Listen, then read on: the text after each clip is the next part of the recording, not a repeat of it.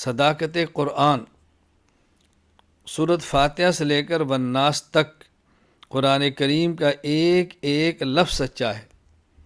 الحمد سے شروع ہو جائیں، والناس تک جائیں، قرآن کریم کی کسی ایک آیت میں، ایک لفظ میں، ایک حرف میں غلط ہونے کا کوئی احتمال اور شبہ نہیں۔ جھوٹا ہونا تو بہت دور کی بات ہے، کوئی شبہ بھی نہیں کہ اس میں غلطی کا احتمال بھی ہو۔ قرآن کریم اللہ کی کتاب ہے، اللہ سچے ہیں، اللہ سچ کے خالق ہیں، تو قرآن کریم سے زیادہ سچی کتاب کون سی ہو سکتی ہے؟ حفاظت قرآن سورۃ الفاتحہ سے لے کر سورۃ الناس تک قرآن کریم کا ایک ایک لفظ اور ایک ایک حرف محفوظ ہے۔ قرآن کریم کے 30 پارے اور سورۃ الفاتحہ، قرآن کریم کی 114 صورتیں، قرآن کریم کی آیات، قرآن کریم کے الفاظ، قرآن کریم کے حروف، قرآن کریم کی حرکات و سکنات تمام محفوظ ہیں، قیامت تک محفوظ رہیں گی۔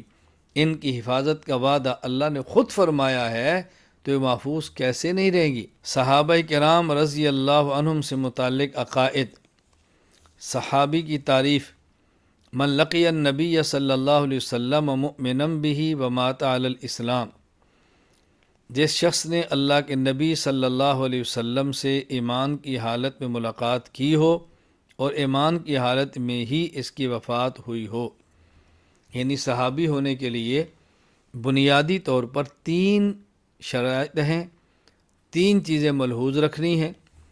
نمبر 1، رسول اکرم صلی اللہ علیہ وسلم سے ملاقات ہو، خواہ آپ کی زیارت ہو سکے یا نہ ہو سکے۔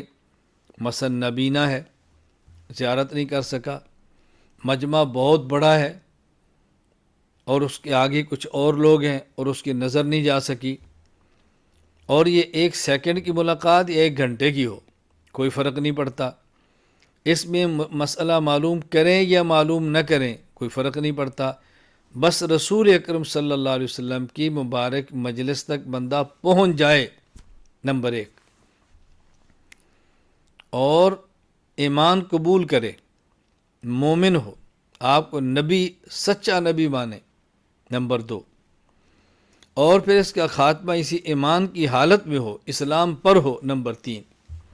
تو صحابی ہونے کے لیے یہ 3 بنیادی چیزیں ہیں: رسول اللہ صلی اللہ علیہ وسلم سے ملاقات، حالت ایمان میں ہو اور حالت ایمان پر خاتمہ ہو۔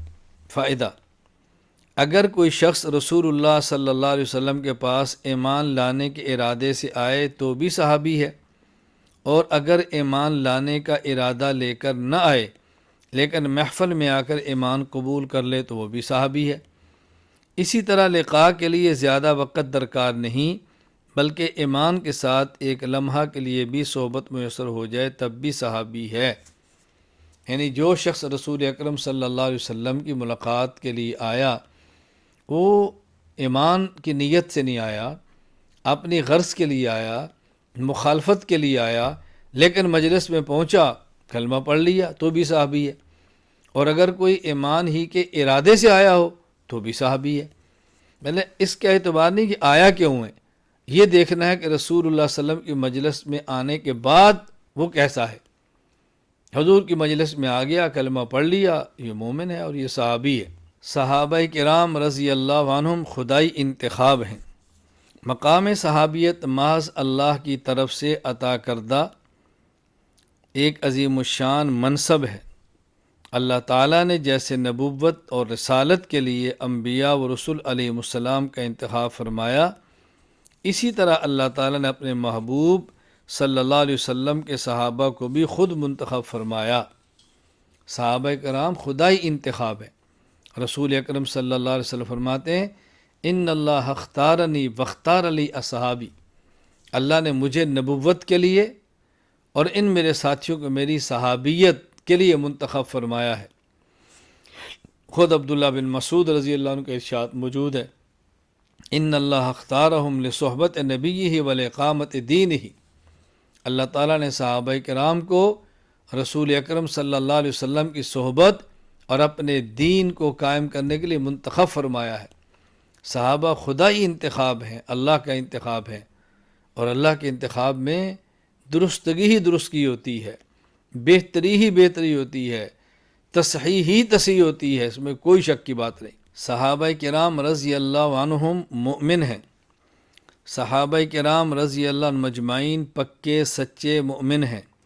قرآن کریم میں جہاں جہاں بھی اللہ پاک نے اہل ایمان کی صفات بیان فرمائی ہیں، ان کا سب سے پہلا مصداق حضرات صحابہ کرام رضی اللہ عنہم اجمعین ہے۔ صحابہ کرام مومن ہیں، پکے مومن ہیں، پیغمبر کے جانثار ہیں، اور جہاں قرآن اہل ایمان کا تذکرہ کرے اس میں سب سے پہلا اہل ایمان کا مصداق صحابہ کرام رضی اللہ عنہم اجمعین ہیں۔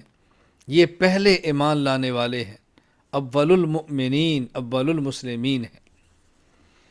صحابہ کرام رضی اللہ عنہم عادل ہیں۔ صحابہ کرام رضی اللہ عنہم کے عادل ہونے کا معنی یہ ہے کہ ان میں شریعت کے متعلق گواہی دینے کی اہلیت موجود ہے، اور ان کی بات کو سچی گواہی کے طور پر تسلیم کیا جاتا ہے۔ دین اسلام کا مدار انہی کی روایات، مرویات اور شہادات پر ہے، اور ان کی روایات اور شہادات کے انحصار ان کی ذات کے عادل ہونے پر ہے۔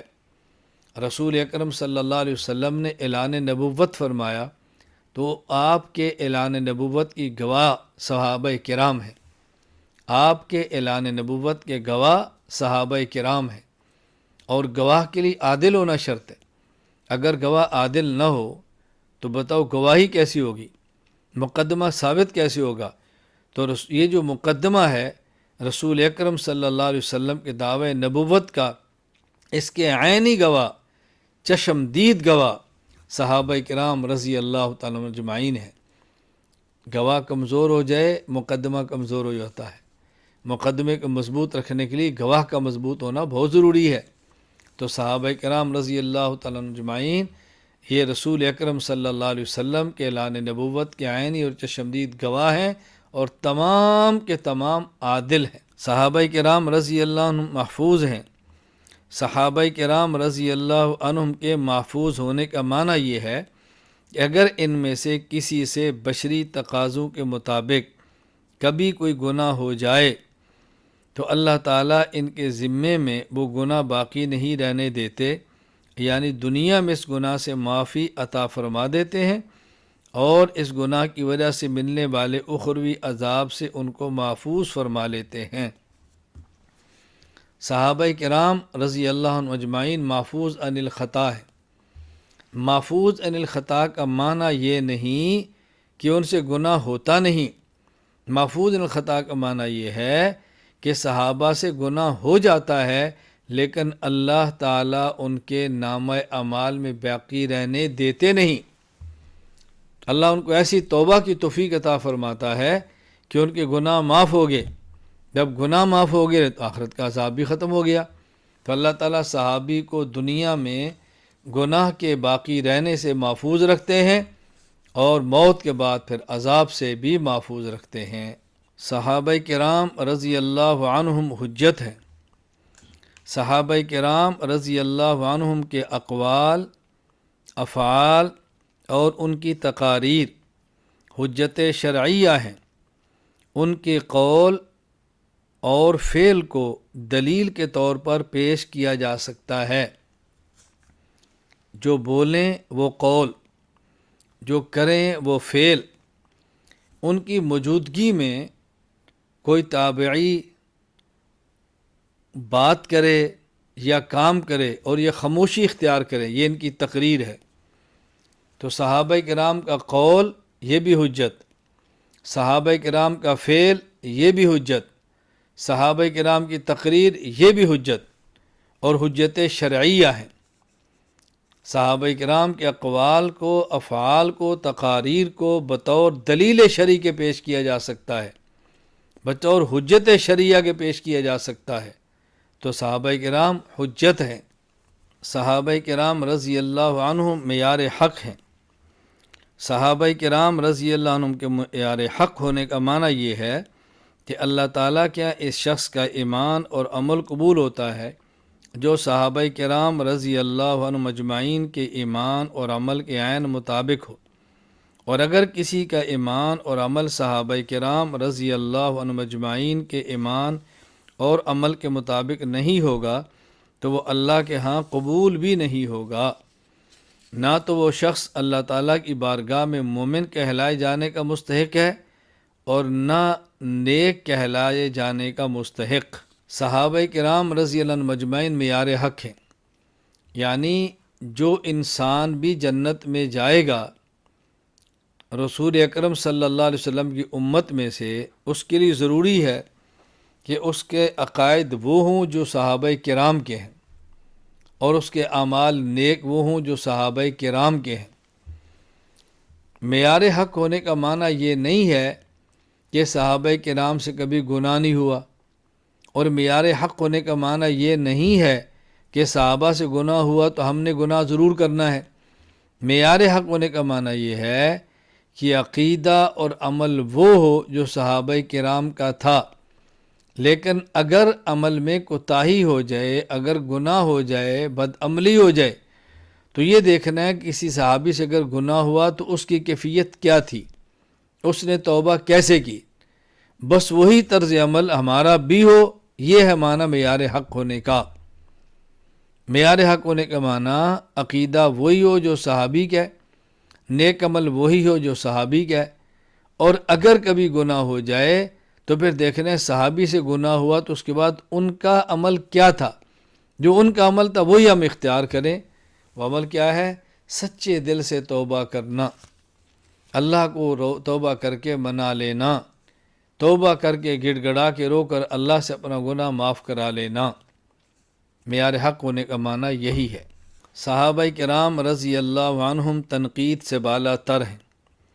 صحابہ کرام رضی اللہ عنہم کے تنقید سے بالا تر ہونے کا معنی یہ ہے کہ ان کے کسی قول فعل پر ایسا تبصرہ کرنا جس سے ان کی شخصیت مجروح ہوتی ہو یا ان کی شان میں کمی ہوتی ہو حرام ہے۔ تنقید کی دو ممکنہ صورتیں بن سکتی ہیں، نمبر 1 ایمان پر تنقید، نمبر 2 اعمال پر تنقید۔ یہ دونوں ممنوع ہیں۔ اگر تنقید ایمان اور عقیدہ کی وجہ سے ہو، یعنی عقیدہ خراب ہو تو صحابی نہیں رہتا، اور اگر تنقید عمل کی وجہ سے ہو تو صحابی عمل کی وجہ سے صحابی بنتا ہی نہیں ہے۔ صحابہ کرام رضی اللہ عنہم تنقید سے بالا تر ہیں۔ انبیاء علیہ السلام پر بھی تنقید جائز نہیں، وہ تو معصوم ہیں، ان سے تو گناہ ہوا ہی نہیں، تنقید کس بات کی۔ صحابہ کرام رضی اللہ عنہ مجمعین بھی تنقید سے بالا تر ہیں۔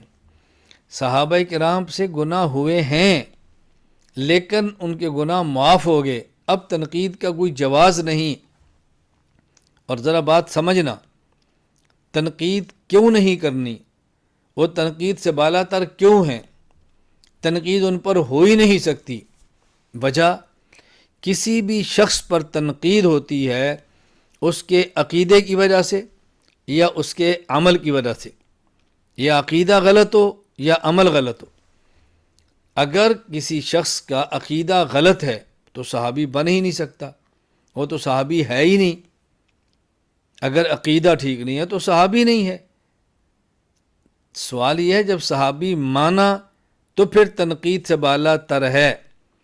جس کا صحابی ہونا ثابت ہے وہ تنقید سے بالا تر ہے۔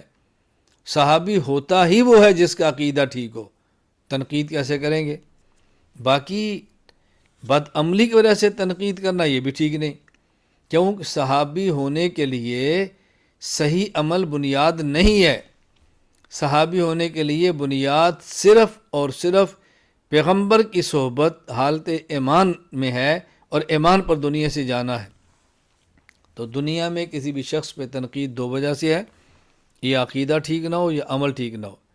عقیدہ ٹھیک نہ ہو تو صحابی ہوتا ہی نہیں، اور اگر عمل میں غلطی ہو گئی، ہم نے عمل کی بنیاد پہ صحابی مانا ہی نہیں۔ صحابی ہونے کی بنیاد تو ان کی صحیح عقیدہ اور صحبت پیغمبر ہے۔ صحابہ کرام رضی اللہ عنہ مجمعین جنتی ہیں۔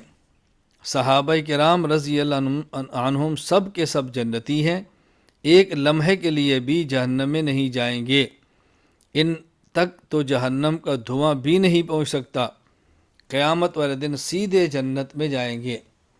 حضور اکرم صلی اللہ علیہ وسلم کا ارشاد ہے، لا تمس النار مر آنی، کہ جس شخص نے میری زیارت کی یعنی حالت ایمان میں کی تو اس شخص کے پاس جہنم کی آگ جا ہی نہیں سکتی، اس کو جہنم کی آگ چھو نہیں سکتی۔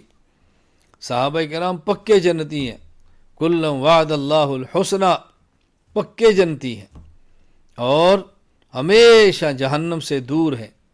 کوئی صحابی جہنم کی لو گرم ہوا بھی نہیں سونگے گا۔ اللہ نے صحابہ کے لیے مقام جنت بنایا ہے۔ صحابہ کرام رضی اللہ عنہم امت کا افضل ترین طبقہ ہے۔ صحابہ کرام رضی اللہ عنہم اجمعین کا طبقہ امت کا سب سے بہترین اور افضل ترین طبقہ ہے۔ ان جیسے باکمال اور بے مثال لوگ نہ ان سے پہلے کسی امت میں پیدا ہوئے نہ ہی ان کے بعد قیامت تک پیدا ہوں گے۔ انبیاء علیہ السلام کے بعد صحابہ کرام رضی اللہ عنہم اجمعین افضل ترین، اعلیٰ ترین، خیر ترین، بہترین ترین طبقہ ہے۔ صحابہ کرام کے بعد والے لوگ تابعین، اتباع تابعین، علماء، قراء، حفاظ، مشائخ، شیوخ القرآن، شیوخ الحدیث، یہ سارے کے سارے مل جائیں، ایک صحابی جو صحابہ کرام میں سے سب سے چھوٹے مقام والا ہے اس کی گرد کو بھی نہیں پہنچ سکتے۔ صحابہ کتنا بڑا مقام ہے رضی اللہ تعالیٰ عنہم اجمعین۔ صحابہ کرام رضی اللہ عنہم کا اجماع معصوم ہے۔ صحابہ کرام رضی اللہ عنہم اگرچہ فردن فردن مومن، عادل، معیار حق، حجت، تنقید سے بالا تر اور گناہوں سے محفوظ ہیں، لیکن جب کسی بات پر متفق ہو جائیں یعنی ان کا اجماع ہو جائے تو وہ اجماع پیغمبر صلی اللہ علیہ وسلم کی ذات کی طرح معصوم ہوتا ہے۔ کسی مسئلے پر تمام صحابہ متفق ہو جائیں، جس طرح ابو بکر صدیق رضی اللہ تعالیٰ عنہ کی خلافت پر متفق ہیں، جس طرح اس قرآن کریم کے وجود پر متفق ہیں، تو جب کسی مسئلے پر صحابہ کرام سارے متفق ہو جائیں تو اس وقت ان کا اجماع ایسے معصوم ہے جیسے پیغمبر کی ذات معصوم ہے۔ صحابہ کرام رضی اللہ عنہم پر سب و شتم حرام ہے۔ صحابہ کرام رضی اللہ عنہم مجمعین کو نامناسب الفاظ سے یاد کرنا، برا بھلا کہنا، سب و شتم کرنا، گالم گلوچ کرنا اور لعن طعن کرنا حرام ہے، خدا تعالیٰ کی ناراضگی کا باعث ہے، بلکہ اللہ اور اس کے رسول صلی اللہ علیہ وسلم کی مخالفت ہے۔ صحابہ کرام رضی اللہ عنہم اجمعین سے محبت اس وجہ سے ہے کہ وہ حضور کے غلام ہیں، محبت اس وجہ سے ہے کہ وہ رسول صلی اللہ علیہ وسلم کے مرید ہیں، پیغمبر پاک صلی اللہ علیہ وسلم کے شاگرد ہیں، رسول اکرم صلی اللہ علیہ وسلم کے معاون ہیں، تو ان سے محبت تو حضور کی وجہ سے ہے۔ اس لیے جو ان سے پیار کرے گا وہ پیغمبر کی وجہ سے کرے گا، جو بغض رکھے گا وہ رسول اکرم صلی اللہ علیہ وسلم سے بغض کی وجہ سے بغض رکھے گا۔ نبی سے محبت تو ایمان ہے اور پیغمبر سے بغض حرام ہے، کفر والی چیز ہے۔ اس لیے صحابہ کرام کی محبت ایمان ہے، صحابہ سے بغض، لعن طعن، سب و شتم، گالم گلوچ یہ حرام ہے۔ حب صحابہ و اہل بیت رضی اللہ عنہم، صحابہ کرام اور اہل بیت رضی اللہ عنہم اجمعین کے ساتھ محبت رسول اللہ صلی اللہ علیہ وسلم کے ساتھ محبت کی علامت ہے۔ صحابہ کرام اور اہل بیت رضوان اللہ علیہم اجمعین دونوں سے بغض یا ان دونوں میں سے کسی ایک کے ساتھ محبت اور دوسرے کے ساتھ بغض رسول اللہ صلی اللہ علیہ وسلم سے بغض کی علامت اور گمراہی ہے۔ رسول اکرم صلی اللہ علیہ وسلم کے صحابہ، رسول اکرم صلی اللہ علیہ وسلم کے رشتہ دار مومن اہل بیت، یہ دونوں ہمارے ایمان کا حصہ ہیں۔ صحابہ کی محبت کی آڑ میں اہل بیت کی بے ادبی، اہل بیت کی محبت کی آڑ میں صحابہ کی بیعت بھی یہ قطعاً جائز نہیں، اس کی شریعت میں کوئی گنجائش نہیں۔ اہل بیت بھی ایمان ہیں، صحابہ کرام بھی ایمان ہیں رضی اللہ عنہم مجمعین، اور ہم ان دونوں پہ فخر کرتے ہیں۔ اللہ ہمیں ان کا غلام بنا کے رکھے۔ مقام صحابہ کرام رضی اللہ عنہم۔ انبیاء کرام علیہ السلام کے بعد انسانوں میں سب سے اعلیٰ ترین درجہ اور مقام صحابہ کرام رضی اللہ عنہم مجمعین کا ہے، اور ان میں بھی باہمی مقام و مرتبہ کی ترتیب درج ذیل ہے۔ صحابہ کرام تو انبیاء کے بعد سب سے افضل ہیں۔ جس طرح انبیاء علیہ السلام میں سے بعض نبیوں سے افضل ہیں، صحابہ کرام میں سے بعض صحابہ دوسرے بعض صحابہ سے افضل ہیں، اور ان میں افضلیت کی ترتیب کیا ہے؟ نمبر 1، خلفائے راشدین علی ترتیب الخلافہ، یعنی خلافت کی ترتیب پر جو خلفائے راشدین ہیں۔ خلفائے راشدین 4 ہیں، اور ان کی ترتیب یہ ہے: نمبر 1 ابو بکر، نمبر 2 عمر، نمبر 3 عثمان، نمبر 4 علی۔ یہی مرتبہ ہے، مقام ہے صحابہ کرام کے درمیان رضی اللہ عنہم۔ نمبر 2 عشرہ مبشرہ، یعنی وہ 10 صحابہ کرام جن کو رسول اکرم صلی اللہ علیہ وسلم نے ایک ہی مجلس میں جنتی ہونے کی بشارت دی ہے: ابو بکر، عمر، عثمان، علی، سعد، سعید، طلحہ، زبیر، ابو عبیدہ، عبد الرحمن بن عوف۔ نمبر 3 اصحاب بدر، جن نے بدر میں رسول اکرم صلی اللہ علیہ وسلم کے ساتھ شرکت کی ہے۔ نمبر 4 اصحاب بیت رضوان، جن نے مقام حدیبیہ میں درخت کے نیچے رسول اکرم صلی اللہ علیہ وسلم کے ہاتھ پر بیعت کی ہے۔ نمبر 5 شرکائے فتح مکہ، جو فتح مکہ میں رسول اللہ صلی اللہ علیہ وسلم کے ساتھ شریک تھے۔ نمبر 6 وہ صحابہ رضی اللہ عنہم مجمعین جو فتح مکہ کے بعد اسلام لائے۔ صحابہ کرام رضی اللہ عنہم اخروی عذاب سے محفوظ ہیں، کسی ایک صحابی کو بھی اخروی عذاب نہیں ہوگا۔ جس شخص کو ایمان کی حالت میں حضور صلی اللہ علیہ وسلم کی صحبت نصیب ہو گئی اور اس شخص کا اسلام پر خاتمہ ہوا، اس پر جہنم کی آگ حرام ہے، یعنی صحابی پر جہنم کی آگ حرام، جہنم کا دھواں حرام، جہنم کا عذاب حرام، 1 سیکنڈ کے لیے بھی یہ جہنم میں ہرگز نہیں جائے گا۔ دشمنان صحابہ رضی اللہ عنہم سے براءت۔ جو شخص صحابہ کرام رضی اللہ عنہ مجمعین کے ایمان، عدالت، حجیت اور حفاظت کا منکر ہو، یا صحابہ کرام پہ طعن تشنیع کرتا ہو، ہم اس سے براءت کا اعلان کرتے ہیں۔ ہمارا اس بندے سے کوئی تعلق نہیں۔ اللہ پاک دنیا اور آخرت میں ہمیں ایسے لوگوں سے الگ رکھے۔ ہمارا صحابہ ایمان ہے، ہم محبین صحابہ ہیں، ہم غلامان صحابہ ہیں، ہم فدایان صحابہ ہیں۔ ہمارا دشمنان صحابہ سے کیا تعلق ہے؟ اے اللہ تو گواہ رہنا، جو تیرے پیغمبر کے صحابہ اہل بیت کا دشمن ہے، ہم اس سے بری ہیں۔ ہمیں دنیا میں بھی اس سے الگ رکھنا، یا اللہ ہمیں آخرت میں بھی اس سے الگ رکھنا۔ ہمیں اپنے پیارے حبیب صلی اللہ علیہ وسلم اور پیارے حبیب صلی اللہ علیہ وسلم کے غلاموں کے قدموں میں جگہ عطا فرمانا۔